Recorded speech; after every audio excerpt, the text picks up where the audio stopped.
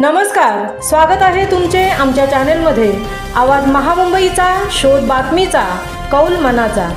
चला तर मग आमचे चॅनल शेअर करा, लाईक करा आणि सबस्क्राइब करा। धन्यवाद। मे महिन्यात नद्या खळखळून वाहू लागल्या। मे महिन्याच्या 26 पर्यंतच 268 मिलीमीटर पाऊस।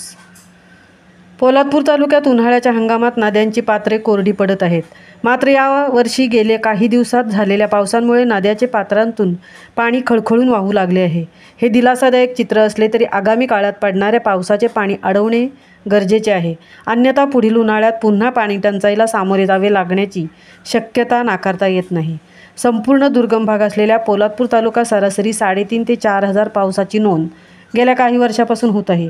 गतवर्षी 4319 मिलीमीटर पावसाची नोंद दर्शवली जात आहे। यावर्षी पावसाळा वेळेवर दाखल होणार असून वातावरणातील बदलामुळे मे महिन्यात पडलेल्या पावसाची सरासरी आजपर्यंत 268 मिलीमीटर दर्शवली जात आहे।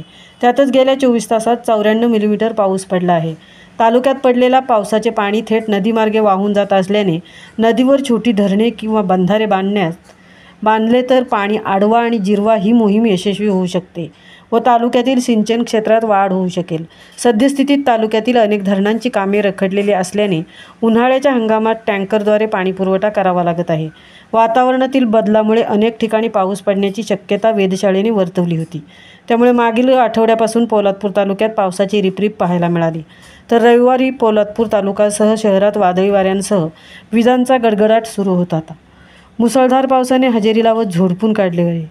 जोरदार पडलेल्या पावसामुळे वीज पुरवठा देखील काही काळ खंडित करण्यात आला होता। आवाज महामुंबईच्या चॅनेलसाठी धनराज गोपाळसह तृप्ती भोईर, पोलादपूर।